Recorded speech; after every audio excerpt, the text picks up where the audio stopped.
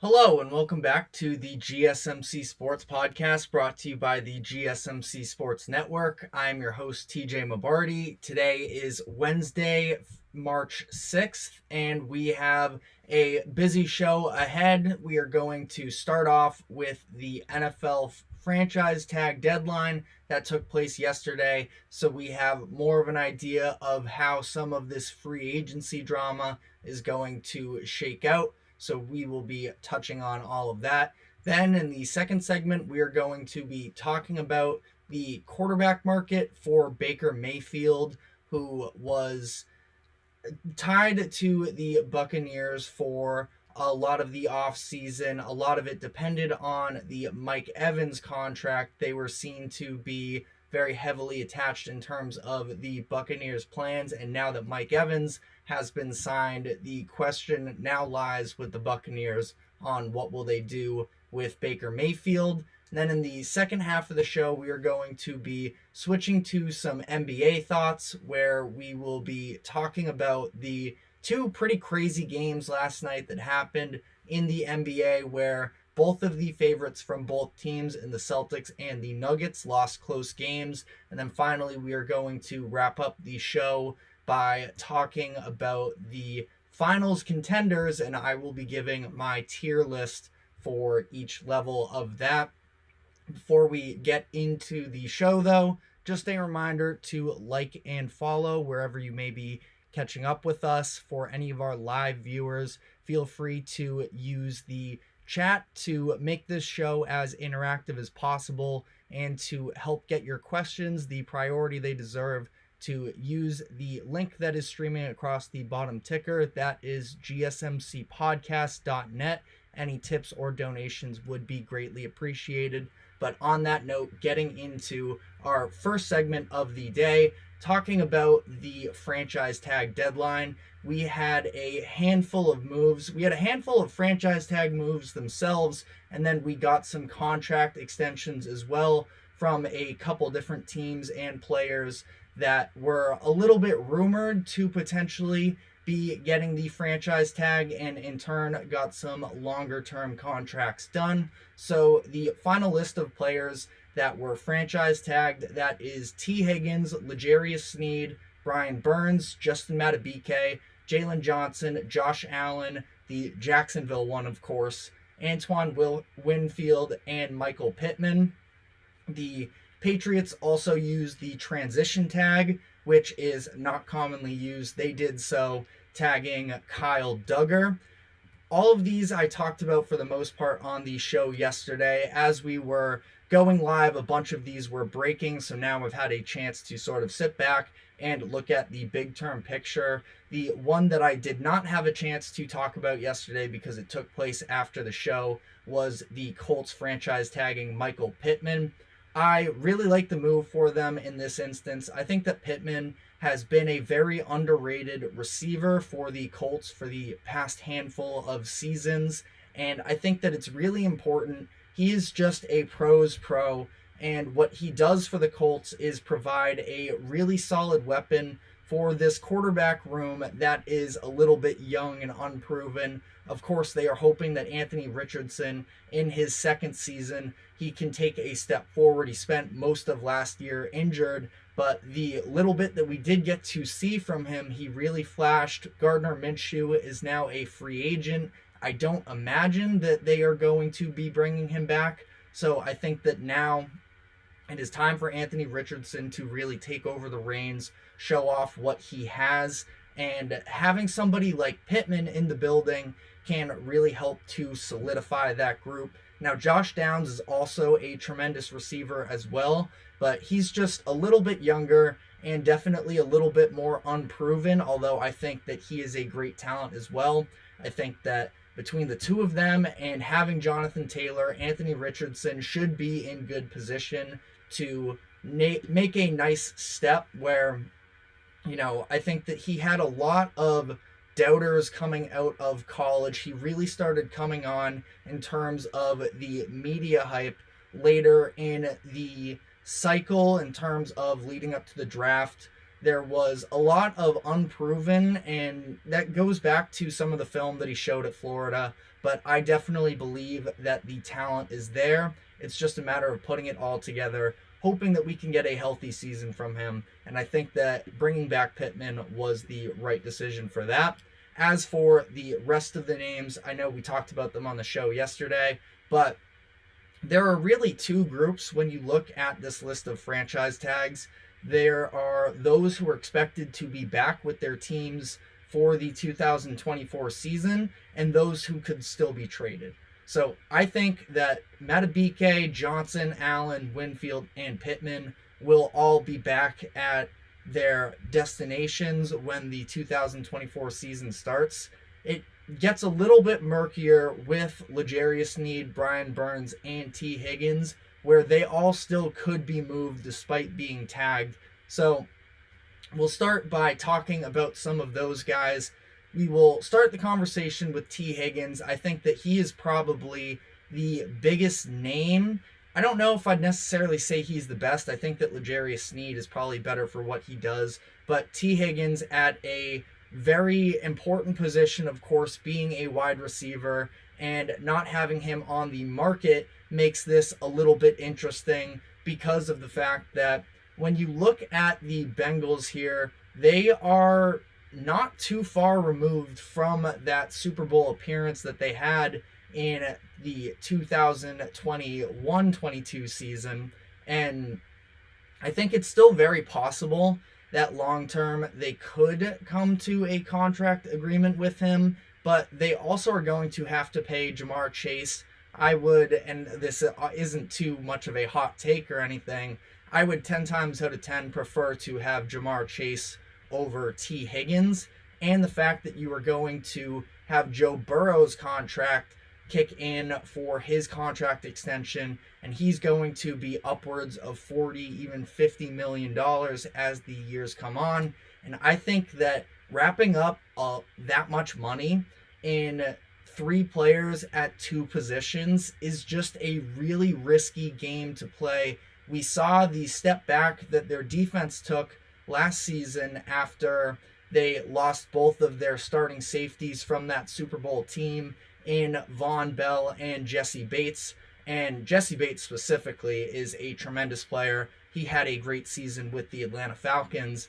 And since then, they've been able to retool a little bit. They've brought in some more youth. And obviously last year with the Joe Burrow injury, that was really the main issue for them. But their defense also wasn't necessarily Super Bowl caliber either, but I think they took steps in the right direction, and I think that they can do some of that retooling a lot easier on the offensive end. If you are a believer in Joe Burrow, which I myself am, the Chiefs absolutely are, then you think that Joe Burrow can sort of elevate the room around him. Still, having that number 1 option in Chase is very important, but how much of his success has been based off of his pure talent versus the incredible receiver room that they've had over the course of the past couple seasons, because now you are losing some of these options.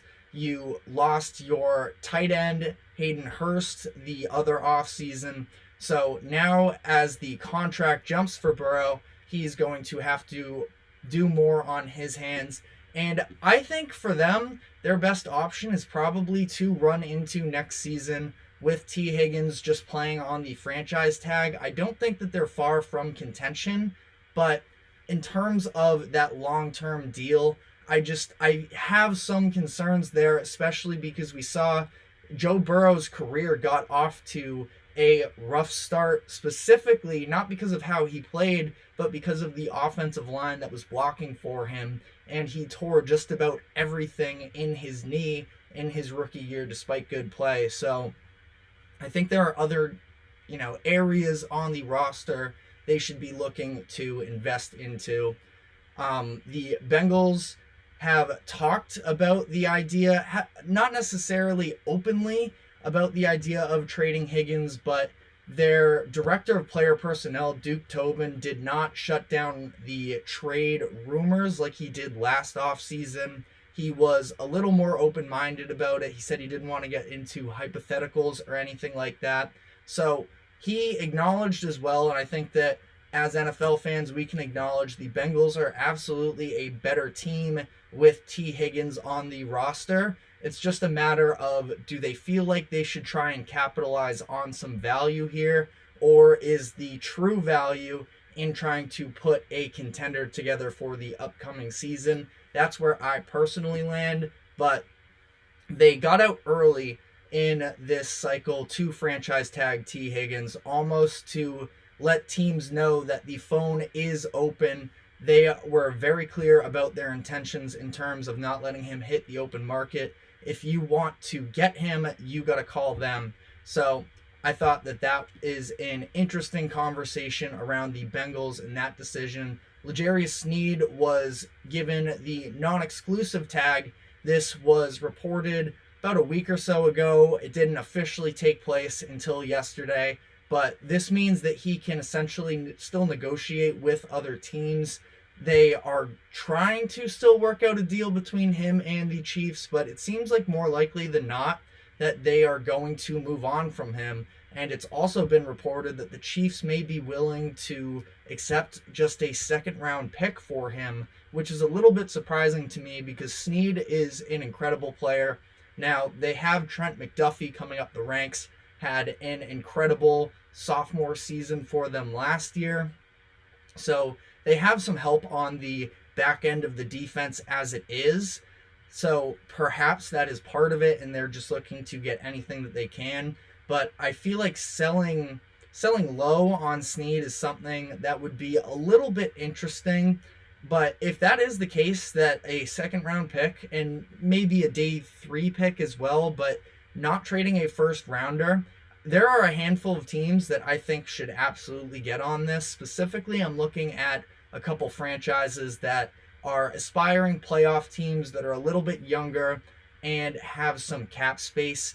I think the Lions should absolutely get on this if possible, because it's hard to point to exactly one area that was the Lions' downfall last season after their collapse in the NFC Championship game, but they were definitely undermanned in the secondary for last season, and I think bringing in a cornerback to the caliber of L'Jarius Sneed would be a big-time move for them. They are outside of the AFC, so as much as maybe there's a little bit of, I wouldn't even call it a rivalry, really. I'm just really looking at that one game where the Chiefs and Lions played, and there was a chance that they could have played in the Super Bowl as well. So giving them up to a contender, maybe the Chiefs would have a little bit of hesitation about that. But I think if you're the Lions, you don't have to give up a day 1 pick. I'm definitely looking to make this happen. I think that the Texans are also a very intriguing team for me in this offseason, because I think that maybe they could be taking a step back this year. I think that the Jaguars are going to bounce back some, and that division is going to be a little bit more contested. But I think that bringing in a corner like Sneed for the Texans would also be a tremendous move. So we will continue to monitor that situation. Quickly here on Brian Burns, because we touched on it yesterday. It sounds like they aren't currently actively negotiating on a long-term deal.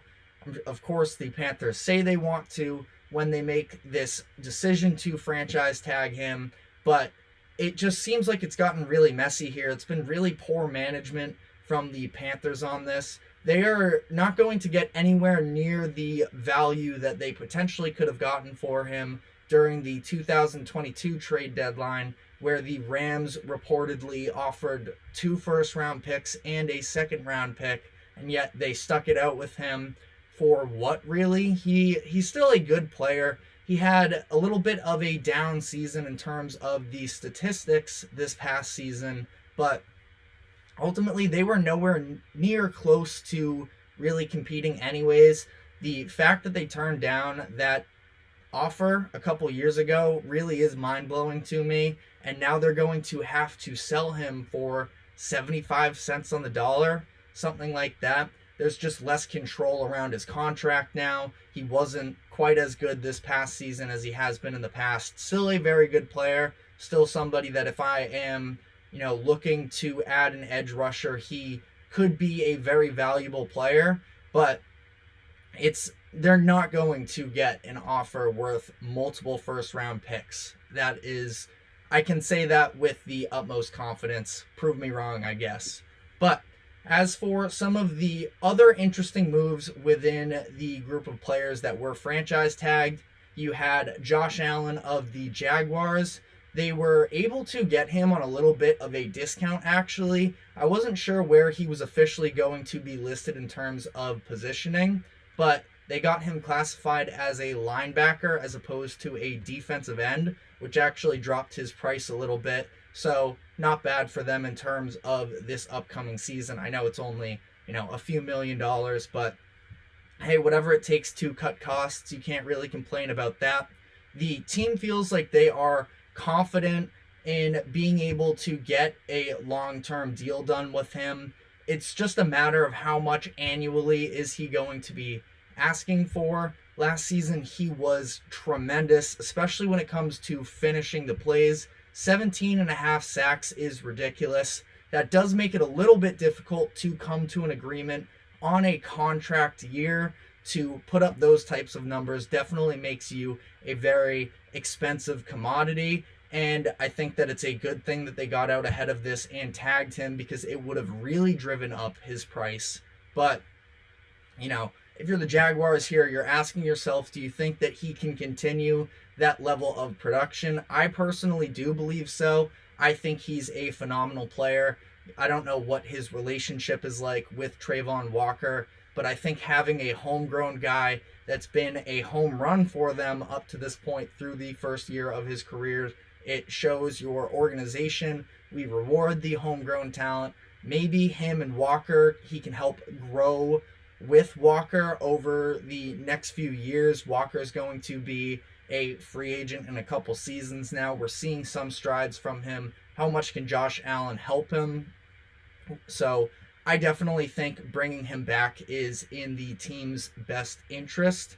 Now, again, what that price is going to be interesting, because he's going to be at least $20 million per year, probably more mid to high 20s, especially considering the type of season that he just had. But I guess we will see what number they end up on. He is maybe a sneaky dark horse, could be traded, but I think that he's staying in Jacksonville, and I think that that's the right decision. But because they decided to franchise tag Josh Allen, that means that Calvin Ridley is going to hit the open market as probably the top wide receiver available.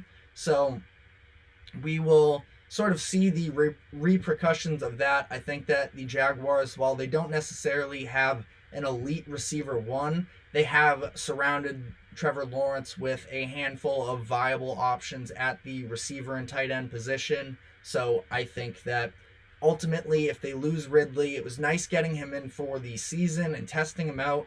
But Ridley's also sneakily older than you may think because of the amount of time that he has missed over the course of his career. He's already in his late 20s, and that's not to say that he, can't put together some good seasons here as he goes forward. He just turned 29 specifically, but we sort of, if you look back at that rookie season that he had, specifically it was his third year where he popped and he was all-pro second team. The fact that he hasn't really reached that height again, and he had 1,000 yards this year. It's not like he was bad by any means, but it's just the matter of consistency and showing that he is a receiver one game in, game out. That's still a little bit to be seen. I definitely expect him to get paid though. Last couple of names here we will talk about is the Ravens franchising Justin Madubuike. Madubuike was tremendous this past season. They have a handful of upcoming free agents, and this is the one that they end up choosing to retain on the franchise tag. He just turned 26 years old, so he has his better football ahead of him. Despite how incredible he was this year, he had 13 sacks from an interior D lineman position, which is always incredible production to get. He was an all-pro second teamer this past year, and he's been steadily improving in this Baltimore organization since being drafted in the third round a few years ago. Was not a consistent starter. This year, the first time he started every game for the Ravens, and he really showed out for them. And given the Ravens salary cap situation where they have a lot of free agents and upcoming free agents, I should say, and they have specifically a lot of guys on that defensive end, given the fact that they also still need to shed $10 million before the start of the new league year, which takes place next week, March 13th. They still have some moves to make here, but ultimately when you look at it from the perspective of they make sure they hold on to Matabike, who, another one, if he hit the open market, they were not going to be able to match the contract. They get him on the front line. They still have Roquan Smith as their linebacker. They have Kyle Hamilton in the secondary, so they have a go-to player on each level of the defense. They should still be a very good group. I don't think that they are going to reach the ceiling defensively that they were at this past season, but still a very solid core to have going forward. Quickly here to wrap this up, talking about some players who did not receive the franchise tag. Talked about Calvin Ridley for the Patriots because they tagged Kyle Duggar. Michael Onwenu hits the open market. He is one of the top-rated offensive linemen. Patrick Queen of the Ravens had a really nice season this past year. He's someone that the Ravens are probably not going to be able to bring back, but we will see with that. Of course, we talked about it last week, and it's been reported for a bit now. No running backs were tagged. Not all too much of a surprise. Just either health, injury concerns, age possibly. There are different things with these running backs that paying them upwards of $12 million was a little bit steep, I think, for some of these contending teams. Or the fact that some of these teams with these guys aren't in the realm of contention and paying that much money to a running back, which, let's face it, just doesn't have quite as much value as a lot of these other position players. It just didn't really make sense. And now that they are also, the fact that they're all lined up in this same free agency class means that they knew there were other options they could get, likely at a cheaper price. So they were going to have a lot of running back shuffling in this offseason. That means the Giants didn't tag Saquon Barkley, of course. They also decided to not tag Xavier McKinney. I know some Giants fans that were very upset with this decision. Ultimately, I don't think it was all that big of a deal in terms of they still have a lot of holes that they have to fill out on the roster itself, and I'm sure they're going to be communicating with both of these players in the coming weeks for free agency. But I don't think that putting together any sort of a one-year deal was going to solve the long-term problems for them. I really like McKinney as a guy in the secondary, and I think that he's been showing a lot of promise for the Giants, but also I don't know how much he's necessarily going to, and maybe it is a bunch in free agency, but I guess we'll have to see there. The Giants have a lot of things they have to fix. I think it starts with the offensive line there and figure out everything from there. Christian Wilkins was a surprise to me because I think he is an absolute monster. He has been incredibly reliable for the Dolphins over the course of the past couple years. He has started 51 consecutive games for them, and he is a big-time game wrecker. He's honestly one of my favorite defensive players to watch just because he always pops up everywhere. He does so in the run game. He was career best in the pass game this past season. Career highs in sacks, QB pressures, and QB hits. He is a monster. He's going to hit the open market now. And the thing is the Dolphins are another one of these teams that are in a very tough salary cap position. So I think he's on his way out of Miami. It's a little bit tough because when I talk about the reliability of him on a game-to-game basis being available, as we saw with the Dolphins, along with some other issues, I think the biggest thing for them when it came around to the playoffs is the fact that their front seven was so injured, and it was Wilkins just being the only one really trying to hold it down.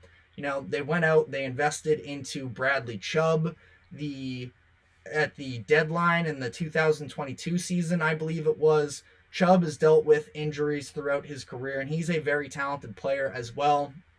But another significant one, and that's the thing, is even when Chubb was in Denver, that was sort of the reputation around him, is that great talent. Can he stay healthy for you? Wilkins has been solid in every department you could possibly ask of him, and now he is going to likely go get himself a huge payday somewhere else other than Miami, as they look to sort of solidify themselves more so as an actual contender, maybe a little bit of a disappointing couple seasons in the playoffs, but we will see with all of that. We are going to be taking our first break. When we come back on the other side, we will be talking about Baker Mayfield and what his free agency looks like ahead. So stick with us, and we will be right back.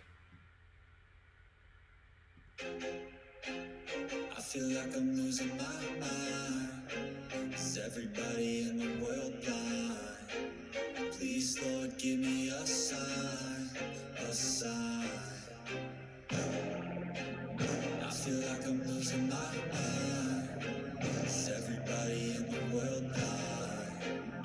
Please, Lord, give me a sign, a sign. I wanna be the greatest. Everybody on the fake shit. I look around and feel like everybody is the fakest. I make this every day and I'm impatient, hoping one day I blow up from the basement. Statement, the top is so vacant. I don't hear shit that I think is amazing. Waiting for my day when I'm playing sold out shows for 1,000 faces. Hey, give me that crown, get in my way and to be put down. It ain't your place, all this my town. If I want that shit, then I'll get it right now. I'm losing it, the noose it fits. I'm losing shit, a stupid myth. You choose to live or choose to dip. You choose to fight or lose your grip and lose a gift. Oh. I feel like I'm losing my mind. Is everybody in the world blind? Please, Lord, give me a sign, a sign. I feel like I'm losing my mind. Is everybody in the world blind?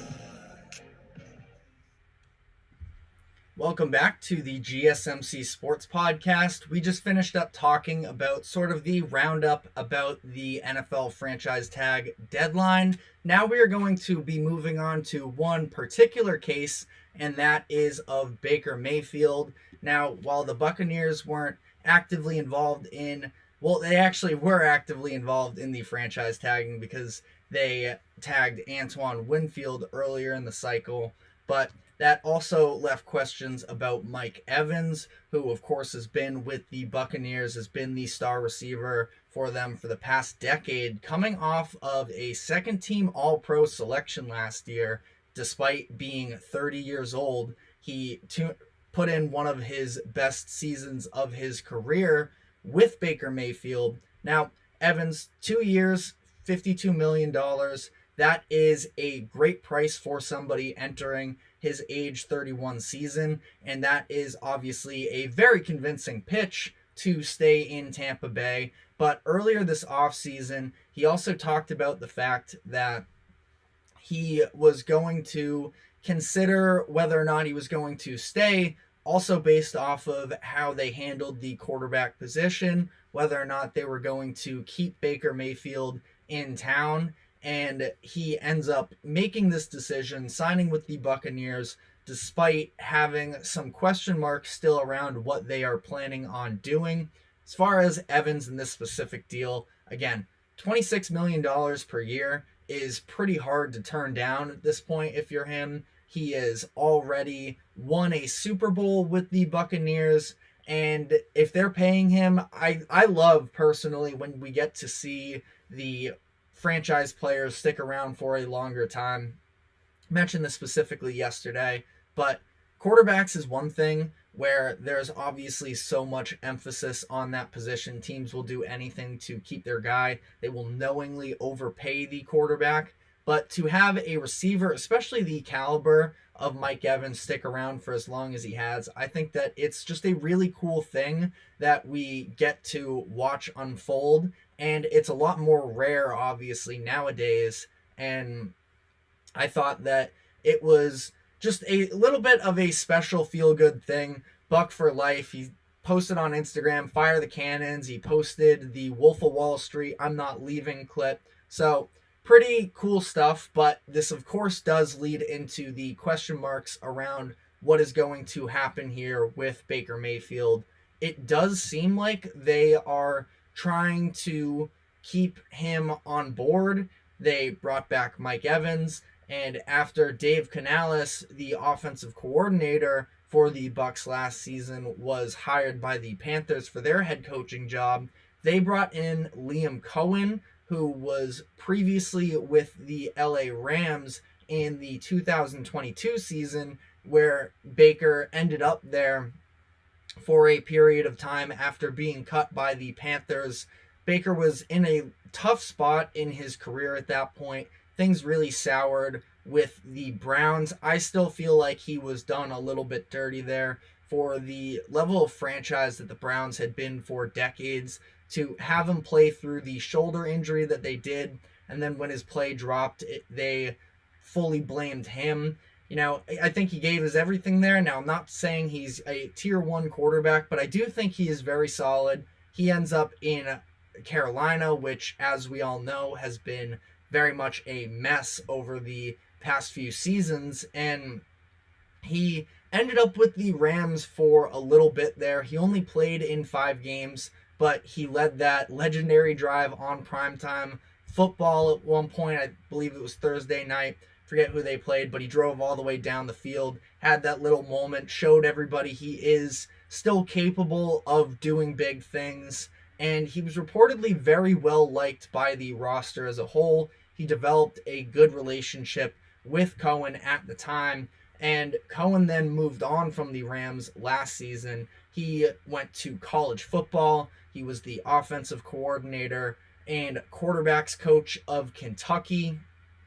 And I think that this was a move for him to just get some more hands-on experience, I feel like, because when you're in LA under Sean McVay is just a very hands-on guy and great to learn from. I'm sure Cohen probably speaks very highly of getting the opportunity to work with McVay, but as far as him personally developing himself more as a coach, he goes to Kentucky this past year and ends up back in the NFL a year later with a new head coaching or new offensive coordinator job, where he should have a little bit more leeway and flexibility to run the offense the way that he wants to.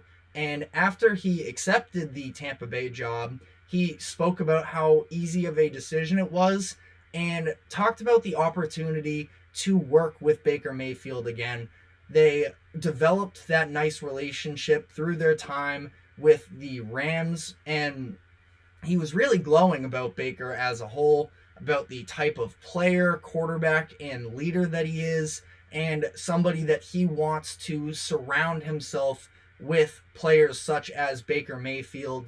He talked about a time where Baker was jawing a little bit in practice with Jalen Ramsey, and this was at a time the Rams had a really brutal season. Matt Stafford missed most of the year with an injury. The Rams ended up winning just 5 games, but Baker came in and he said that there was a spark that was sort of lit with that Rams team at the time that wasn't there all season.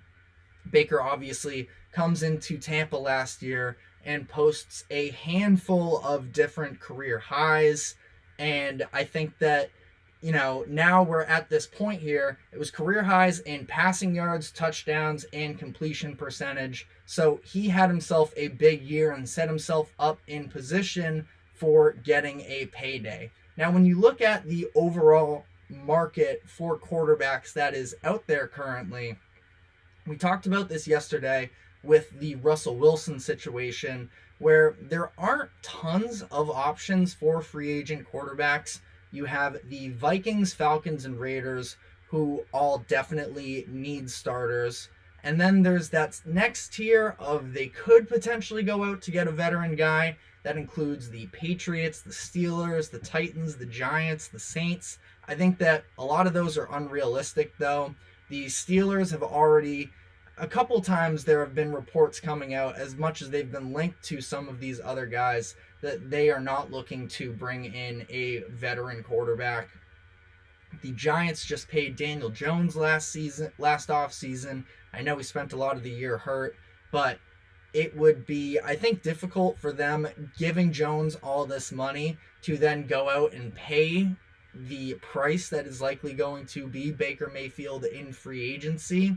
The Saints as well, same situation with Derek Carr. So I think that the most likely situation is him ending up back in Tampa Bay, which I think would be beneficial. They go out, they make the playoffs, and they even win a playoff game. I know that a lot of that game was probably in due to the fact that the Eagles were a mess down the stretch of the year, but I also think that the Buccaneers really found something in themselves, and they can still be a very solid roster. They also have cap space this offseason. Now, of course, a large part of that would have to go to Baker, and the price is looking at least upwards of $30 million, which I know to a lot of people you're thinking that that is expensive, and it is expensive, but I think if they could find a way to get a deal done that was somewhat like Geno Smith, or, as much as people don't like the player itself, Daniel Jones, where it's a lot of these big money deals, but it's a lot more front-loaded in terms of guarantees, where it's fully guaranteed the first year, maybe the second year, but you can get yourself an out after season 2. That's the case for Daniel Jones. I think that he's only fully guaranteed after this upcoming season, and then the Giants have a way out. The Seahawks could have saved themselves, was in the $15 million range, somewhere around there, if they had decided they wanted to move on from Geno Smith. They had a deadline. It was either last Friday or the Friday before. But as much as there are these eye-popping numbers for quarterbacks that you might not think are franchise guys, you give them the money, you keep your team competitive, because a lot of the time it's, well, sure, you'd like an upgrade of the position, but what is the path to get that upgrade? It's not always that easy to figure it out. And Baker made an incredible impression with the Buccaneers as well. As much as sometimes the stories can be a little bit cheesy, but he's taking his linemen out to, I think they went bowling at one point. He takes them out to dinner, stuff like that. Like, he earned the respect of that locker room. He earned the respect of Mike Evans, who of course is a staple of that offense. And they ended up playing, I wouldn't say they played tremendous down the stretch of the year, because they even got blown out by the Saints late in the season.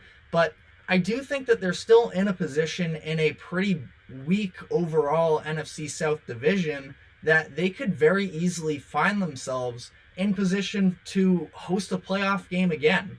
And I don't think that they are in that position if they move on from Baker Mayfield. And again, they have the money and they have a lot of talent on that roster as a whole in order to do so. Like I mentioned, some of these other teams that are sort of in the hunt, like you look at a team like the Patriots, where they have loads of cap space to potentially be able to make a move. But if you go in and you sign Baker Mayfield, you still don't have an offensive lines. You still don't really have receivers for the most part. You have to invest into all of those positions as well. I just think that they have a lot of holes, whereas Baker, he can stay in Tampa Bay. Now, it is worth noting that he was on record saying he is not willing to take a hometown discount. He is looking to get paid. Honestly, who can blame him, really, considering the way that his career has sort of played out over the course of the past couple seasons? Go out, get paid. I think that they were really building something there in Tampa Bay, and no, they're not necessarily, top tier Super Bowl contenders, and I don't know if Baker Mayfield is good enough to win you get you to a Super Bowl period. And that is the counter argument for, well, why are you going to give a guy that much money if he's not going to be a Super Bowl caliber quarterback? I also think that there is just some sense of value in being a good competitive team. Like, I think that the full-blown rebuild is often a philosophy that's a little bit overstated. And mind you, I myself am a Patriots fan that was, hate to admit it, but I was rooting for them to lose games last season because of the fact that they were so far from contention that I wanted them to be in position come this draft where they could draft one of the top tier quarterbacks. The Bucs are in a spot where, again, they've won a playoff game last year. Baker Mayfield has now won multiple playoff games during his career, and I don't think that I mean, you look at a team like the Lions last year, and Jared Goff, I don't mean to, understate how impressive he's been over the course of the past couple seasons, because he's been a very good player. He's been a very good, I know that the term gets a whole lot of, stigma and drama around it, but he's a game manager, and he does so really well. It's when you limit those mistakes and just let the game play out, you find your best weapons, you take advantage of moments, and that's what Jared Goff did in the path to the NFC Championship game. I think Baker can be on that caliber of player as well. So I don't think that $30 million is too much for him. You are a Buccaneers team that, what's the point of going from winning a playoff game this year to purposefully sort of tanking your stock to try and get up towards the top of the draft next year? The draft is such a crapshoot a lot of the time. It's very hit or miss, and so are these top tier quarterbacks that are coming out of it. I know that Baker, we all sort of have turned the page on him being an elite quarterback, but he was drafted number 1 overall just a handful of years ago in 2018. I think that he can still be a very viable option for the Buccaneers headed into next season. So that is all we have time for on this subject. We will obviously be continuing to monitor his market as the weeks go on, but we are going to be taking our second break, and when we come back, we will be moving to the NBA, where we had the favorites from both conferences drop big-time games. So stick with us, and we will be right back.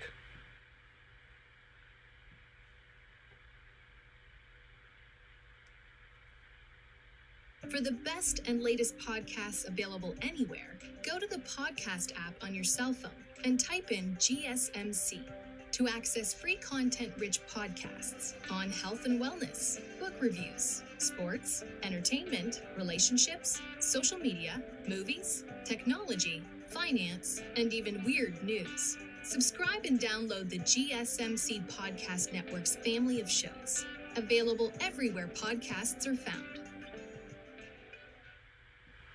Welcome back to the GSMC Sports Podcast. We just finished up talking some NFL for the day. Now we are going to be shifting gears a little bit to the NBA, where we had some favorites fall last night, the Boston Celtics and the Denver Nuggets. This was a tough one for me as a Celtics fan, where they led by 20 points in the fourth quarter, and they blow that lead thanks to the likes of Dean Wade taking over for the Cavs. The Celtics were up 91-71 with just under 10 minutes left in regulation. And the Celtics game plan for pretty much the entirety of the game, keep in mind that the Cavs were without Donovan Mitchell, and then Evan Mobley left with an ankle injury in the third quarter. The thought process was throw everything we have at Darius Garland and make the other players beat us. And for the most part, that was working until we got to the fourth quarter, and we got another version of the Cleveland Cavaliers getting one of their role players going on an all-time heat check. We saw it last week when they beat the Dallas Mavericks. It was Max Strus taking over in that game. This time it was Dean Wade. He scores 20 points in the fourth quarter. He went 5 of 5 from 3, and he had the eventual game-winning tip-in dunk with under 20 seconds left to go. Dean Wade specifically single-handedly outscored the Celtics in the fourth quarter as they scored just 17. He finished with a career-high 23 points. And again, you look at how this all sort of played out. I understand that you are looking to just limit Darius Garland. Garland, I think, is one of the more underappreciated players in the NBA. Forgotten that he was an all-star a couple years ago as well. So they were throwing the kitchen sink at him, and I totally understand that. There's a reason why they were up by 20 points. It was working, as well as them playing offense, which they did not do in the fourth quarter. But once a guy like Dean Wade starts knocking down the threes he had back-to-back possessions where he knocked down a three. It was his third of the quarter, and he cut the Celtics lead down to 6. Maybe start keeping eyes on him at all time. And they didn't. They let him get hot.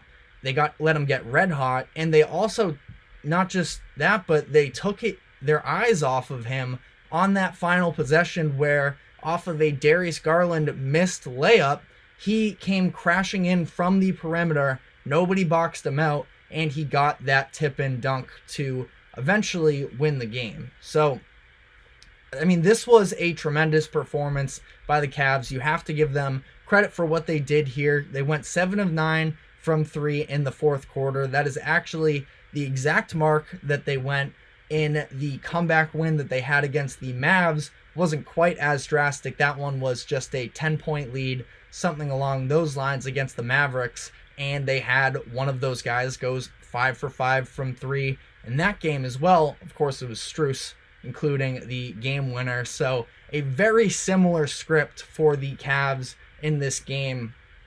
The ultimate thing here when you look at the Celtics is when you talk about them as a contender, there's a little bit of hesitancy. Despite how much talent there is on the roster, it's a matter of those fourth quarter minutes when games get close.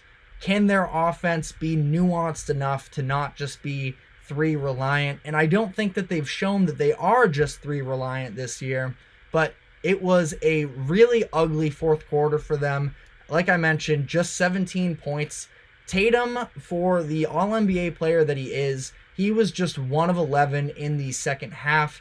Jaylen Brown didn't take a single shot attempt in this one. If you look at specifically the last 2 possessions of this game, the Cavs had the ball down 1. Darius Garland had Kristaps Porzingis switched on to him on the perimeter. He drives by him, has to do like a little herky-jerky move because Porzingis is in the realm to contest the shot, but he ends up missing with the help defense, and Drew Holiday just falls asleep, doesn't box out Dean Wade while he was on him, and we have the Cavs take the lead there with 19 seconds left. On the other end, the Celtics get the ball back. They have a couple timeouts left, and this is something that we've seen from the Celtics plenty of times over the course of the past couple of years, is Tatum slowly walks the ball up the court.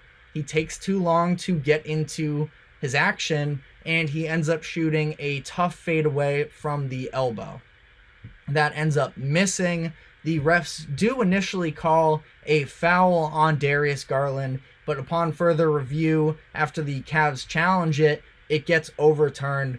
This is a tough situation. It's a tough situation for the Celtics and for the refs alone, because if you look at the way that this was playing out, you know, it did initially look like it was a foul on Garland. He had the hand on the chest of Tatum through the follow-through, so there was contact, but not during the shot itself. And they ultimately said it was Tatum kicking his legs out that initiated the contact. But this shot misses. Kristaps Porzingis was, again, can get a little bit dicey maybe because of the foul being called early. but Porzingis had a very clean look at a tip-in shot with 0.7 seconds left in the game. He makes it. Again, not that it counts. Again, maybe that doesn't happen if the whistle isn't blown and there are more players actively playing there. But I think that he had beaten his defender to the rim anyways, and I think that he would have had a real chance for it. But they end up reviewing this. When it gets overturned, it is a jump ball at center court. And at that point, with just 0.7 seconds left, there's really nothing they can do. The thing is, the Celtics blew a 20-point lead. So even if the final, call it 3 seconds, were a little messy, it obviously falls on the shoulders of the team that blew the 20-point lead. This can't be a reffing, disaster class or anything like that. And I think that ultimately, when you look at it, the team didn't deserve the bailout call. Jason Tatum is shooting just 16.7% in the final 10 seconds of clutch time this year. Now, I don't know what the exact league average is. Keep in mind, final 10 seconds, that is a very small, based off of how defenses are playing, a lot of the types of shots you get, they're never easy takes, but 16.7 is obviously not good, and it was a result of having multiple timeouts, the team not calling any, and Tatum getting pressed into that tough fall away shot. It just always feels like it's that same sort of play. There was a very similar one when they lost to the Denver Nuggets earlier this year, and it's just a very low success rate as a whole. So quickly, I'll finish up here because we do also have to get to the Nuggets as well. But the Celtics win streak comes to an end at 11 games. They hadn't lost since February 1st in the game where they played the Lakers that were without LeBron and Anthony Davis. And it seemed like in that one, they overlooked their opponent. They came out flat and never climbed their way back into the game. And it seemed like, again, this was a little bit of a mental loss. And that is what Jaylen Brown called it after the game. He had a quote talking about Dean Wade. He got hot, but we should have won that game. We haven't really seen a team storm back like that. And that's the thing, is it's letting your foot off the gas because you think that you're comfortable. Where in reality, if you look across the league, we just had the Lakers come back against the Clippers last week. 20-point leads obviously are very big. No breaking news there. But it is easier and easier to do so with three-pointers and the level of offensive creation that we have in the NBA today. And that was really the vibe that I got watching this game, is that they just sort of tuned out once they were up by 20 points. Tatum, again, 1 of 11, but a lot of those, it seemed like he was almost just messing around where they were up by so much. He was trying to pad his stats a little bit. And this is also a Celtics team that was just coming off of slaughtering the Warriors on Sunday. They have a 20-point lead in the fourth quarter of this game where the Cavs were missing 2 starters. And they just let their foot off the gas. I don't think this is a cause for an overreaction, really. You look at Dean Wade, who scored 23 points in this game. You have to go back the previous 9 games that he played to February 8th to have him total 23 points as a whole. So, a guy like that gets hot. Again, it seemed like a mental loss. They hadn't seen it up to this point in the year. They let themselves get comfortable. The dialogue around this game is going to be the fact that they, specifically Jason Tatum and Jaylen Brown, maybe aren't ready enough to win the finals. I don't take that sort of a, takeaway from a regular season game like this. They lost their first game in a month. But I do think that some of the late game offense issues that we've seen with this team in the past can't fully be put to rest until we see them do so in the playoffs when things get tight. The other big game in this one was the Suns and the Nuggets going to overtime, where the Suns were without Devin Booker in this one. They led big for most of this game. Grayson Allen was tremendous in the first half, going 6 for 6, and then from 3 alone, and then knocked down 2 3-pointers in the first minute and a half of the second half. But the story about the Suns this year has been about the way that they have crumbled in a lot of these fourth quarters. They were up 20 in the third quarter. They were up 11 in the fourth quarter, but they have the worst net rating in the fourth quarter in the NBA this season, and it showed up again. Neither of these teams were really firing on all cylinders when it came to offense. The Nuggets were 3 of 12 from 3. The Suns were 2 of 8. But the Suns scored just 12 points in that fourth quarter. The Nuggets came back. Jamal Murray was really good in this one, and they end up sending it to overtime.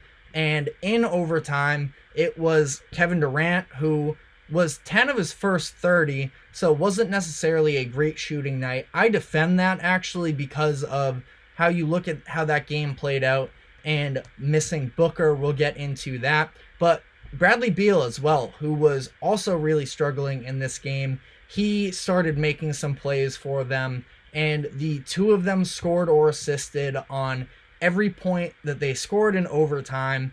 They scored 15, which was in that 5-minute period even more than they scored in the fourth quarter. So the offense got themselves going. They got some stops again, and I think that when you look at sort of the way that this Suns team, because I feel like I'm looking at it more so from the perspective of the Suns. The Nuggets have had some weird turnover stuff as of late. Jokic finished with, I believe it was 7 in this game, and it's just very uncharacteristic of them, but we've seen it more and more as of late. Again, not something that I'm overreacting to. My bigger thoughts on this one sort of came with the Phoenix Suns, who are definitely in the realm of contention this year, but when you look at their offense, it's a lot of iso ball, and it's sort of similar to what I talked about with the Celtics as well, is it just seems like the ball movement sort of disappears. Now again, overtime looked pretty good for them, but even in overtime, like, they were going down to the final seconds of the shot clock on every possession. Brad Beal bailed them out with beating Michael Porter Jr., getting a really nice finger roll at the rim to go. Then there was another possession where Brad Beal dribbled the ball around for the majority of the clock, and then he threw a little bit of an iffy pass to Kevin Durant on the perimeter. He just makes a tough pull-up shot over Aaron Gordon. So, they came alive, but even still, it wasn't the prettiest looking offense, and Devin Booker has really improved as a playmaker over the course of his career, and he effectively plays the point guard position for them. They don't have a point guard on the roster, though, and it's just something that I feel like does play a role in this fourth quarter stuff with them, where it's clockwork. Every single fourth quarter, they find themselves in closer games than they should have been. And you know what? They've been on the comeback side of this as well. There was the game against Chicago, I don't know, a month and a half ago or something, where Kevin Durant took over and ended up hitting the game winner. There was a game against the Kings as well, I believe, that they had, where, again, I don't think that on one possession, because of the level of shot making between specifically Durant and Booker, and then whatever else Bradley Beal is going to give you, I think that the individual offensive talent is there, that you can't count them out. But when the game sort of starts to slow down a little bit more and you're playing better defenses, I just don't know. It's hard for me to fully buy into this Suns offense. I think that they have some nice role players around them, but nobody really other than those three. And you know what? 3 guys who can create their own shot are also that's a big deal to have. Not every team has that luxury, especially to the level of scorers that are on the Suns. But I just also think that in a 12-minute span, it comes up a little bit more than we would prefer to see from a team that is looking to win a championship. Jamal Murray, after this one, was really upset with the loss, called it one of their worst of the season. Now, it's sort of fair. I don't think it's, again, to be rolled up on as much as you were through the first 2.5 quarters is obviously an ugly one, but when you also get someone on the other team who's 8 of 8 from 3, that can very much be difficult to sort of keep up with in terms of pace, and they were able to sort of overcome some of that adversity and make this a game. But again, the turnover stuff is specifically what I'm looking at with the Nuggets, and I'm just keeping an eye on it because, again, very uncharacteristic of them, and it just hasn't seemed to be as smooth as we've seen from them in the past, where they've really been, led by Jokic, one of the pinnacles in terms of ball movement and playing good team basketball. But that is all we have on these 2 games. We're going to be taking our final break, and when we come back on the other end, I'm going to be giving my tier list of different NBA Finals contenders. So stick with us. We will be right back.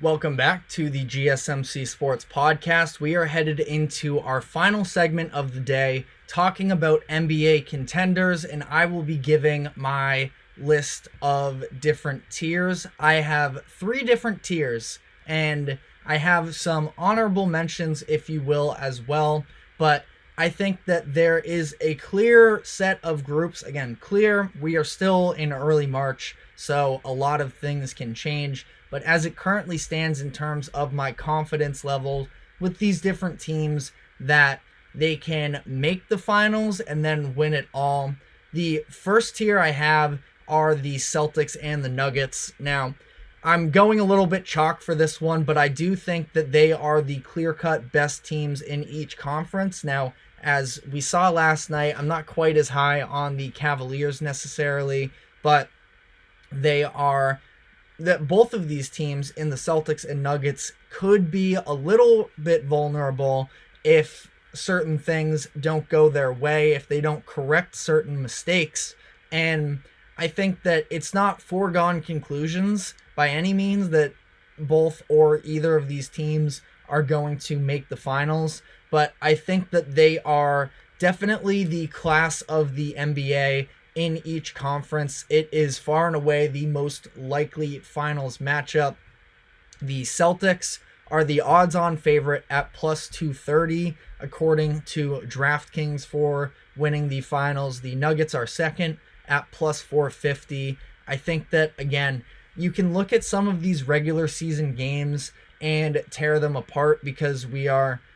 we all like to watch these games and we want big takeaways to come out of it, but the reality of the situation is a one game in, early March is just nowhere near the level of a 7-game playoff series come June. And we're a little bit at a point in the NBA where the difference between the regular season and playoffs, the gap's never been bigger in terms of difference, which is why for a lot of people, and to some degree, I do agree with the sentiment that the Celtics, it's great what they're doing in the regular season, but it is a different animal when you get into a 7-game series against some of these other mentally tough teams. We've seen the Celtics lose 2 out of 3 Eastern Conference Finals to the Miami Heat. That, again, Heat culture, a little bit of a cliche, but it is definitely true that they are a hard-nosed team. They're led by a hard-nosed leader in Jimmy Butler. Eric Spoelstra's a great coach.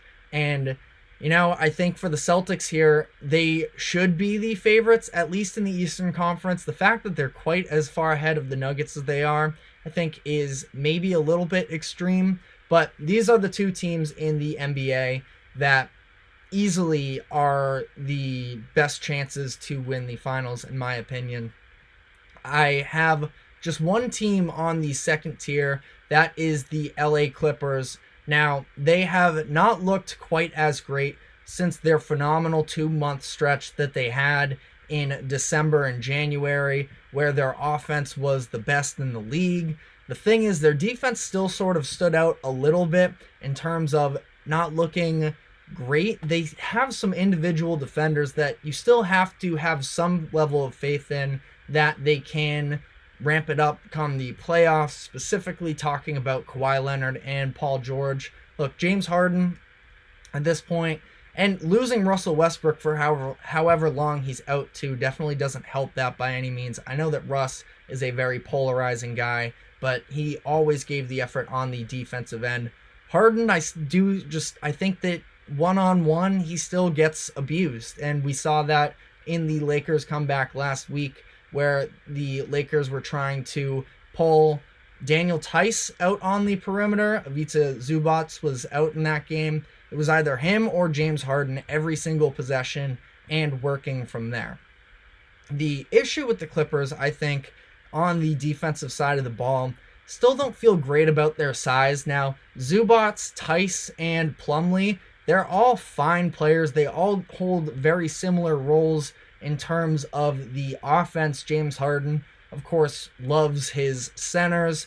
The pick and roll is very effective for him, and they definitely play a good style of basketball for them offensively, but I think that they can still get pushed around. And, I think that the Clippers, again, I have them in a second tier by themselves. I think they are still a very good team, but I also there are more hesitations about them than I think the Celtics or the Nuggets. You also have to worry about them a little bit. Now, these tiers are more so, assuming injuries aren't a thing, but when you talk about the Clippers potentially winning the finals, you do still have to talk about the possibility of Kawhi Leonard or Paul George potentially getting injured. We just haven't seen them actually complete a playoff stretch together since they came to LA. James Harden, maybe not as much as of an injury thing, but we've seen Harden disappear in playoff series as well. Now, he's the third guy on the team right now, so it's not quite as big of a deal if he isn't on his A game, but he also is, the big time facilitator for them. I think Kawhi, again, not quite as great as he was earlier this season, but he's having one of his best offensive seasons of his career. Paul George has been struggling a little bit as of late, but he was also dealing with some injuries. And I think that there's real depth on this team. I love Norman Powell.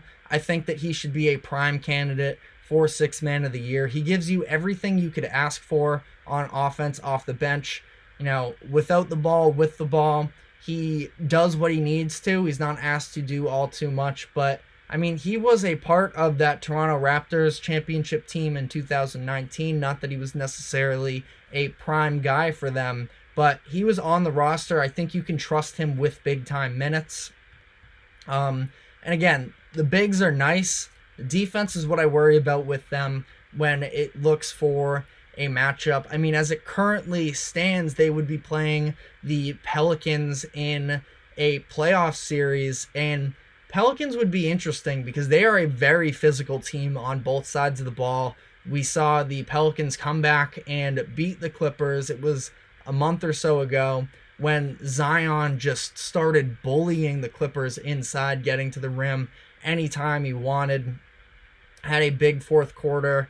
And I just think that's not the best matchup for the Clippers. And there's a couple teams like that. The Timberwolves are very physical and very good on defense as well. But I will say, last note on the Clippers here, I'm not trying to be too negative on them or anything. They won one of those rock fights against the Timberwolves the other night on Sunday, where both teams shot under 40%. Both teams scored under 90 points, and the Clippers came out on top on that one. So that was a little bit... it was a good thing to see from the Clippers there, that they can win a little bit in different ways.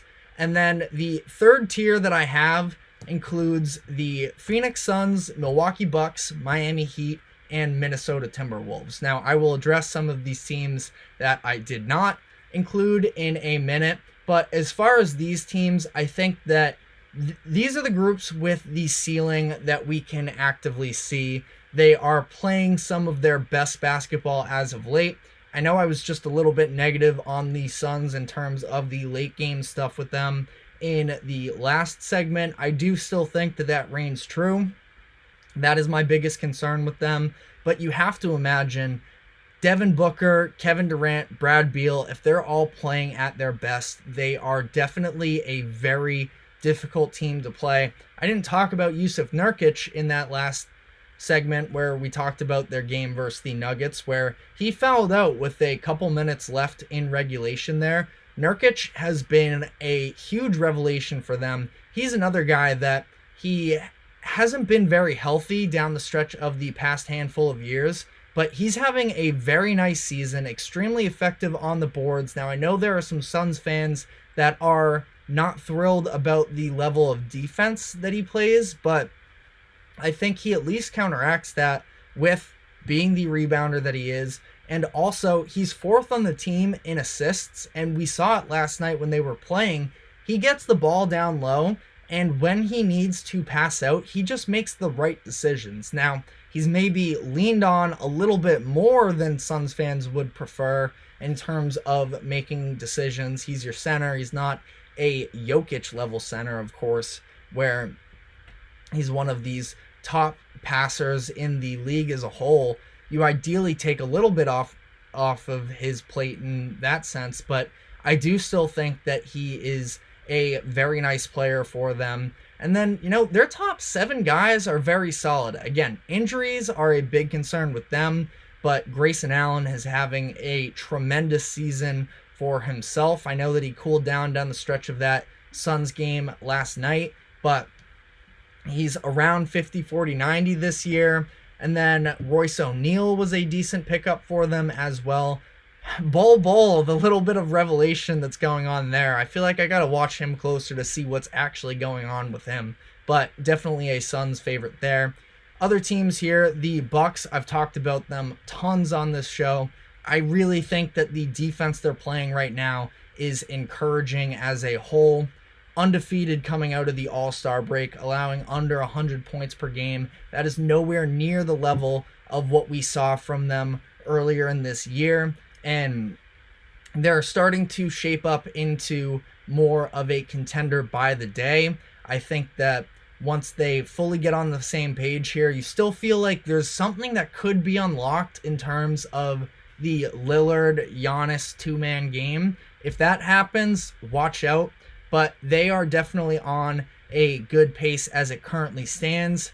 The Heat are a team, despite how bad they looked for the first half of the season, they are now getting themselves together as well. Jimmy Butler is finally caring about basketball. He's playing, and he is deadly, averaging 26 or so in the past month. About that, I know, not great statistics on my part, but bear with me here.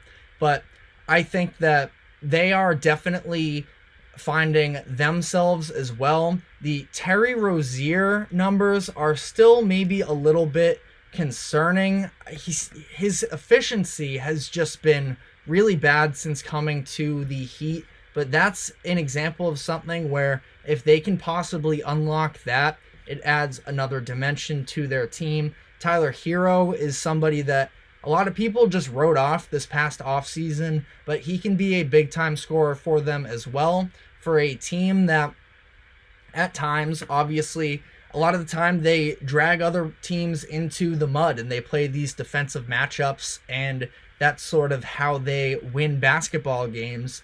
Now you have Tyler Hero ideally coming back for the playoffs. You have Bam, who is one of the most underappreciated players in the NBA in my eyes, and Jaime Jaquez is having an incredible rookie season as well.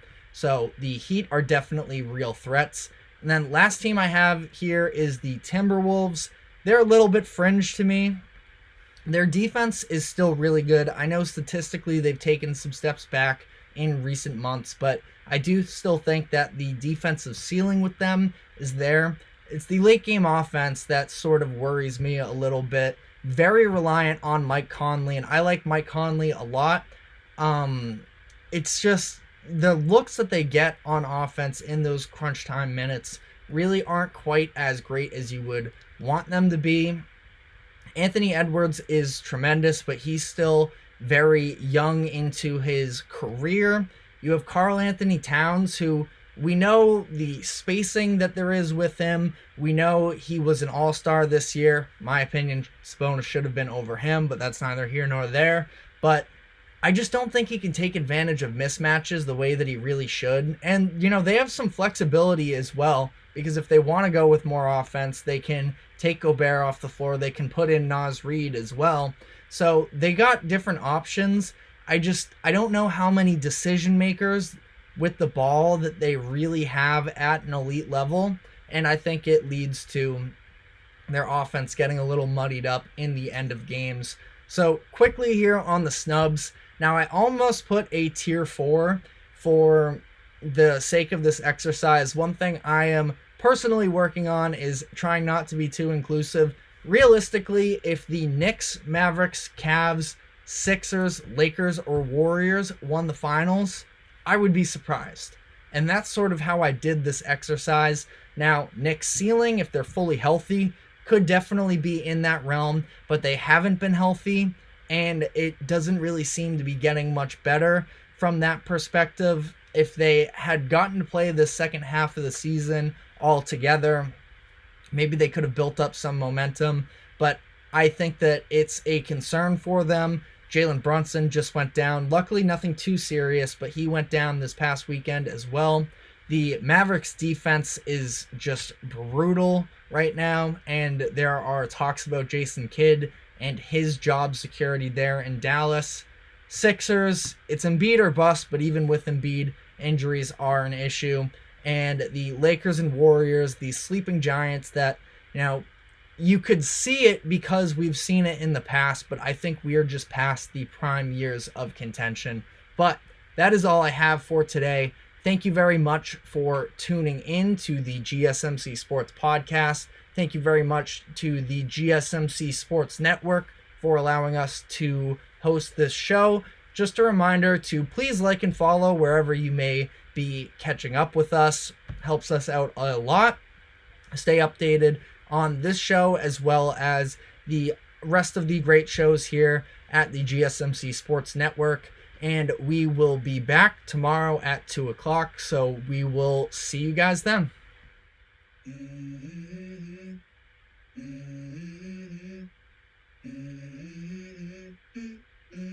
Let's go. I wake up to a little bit of drool on my pillow, feel like it's gonna be a bad day. Yeah, I'm tired of shit, and the coffee ain't hit yet. Damn, ain't that great.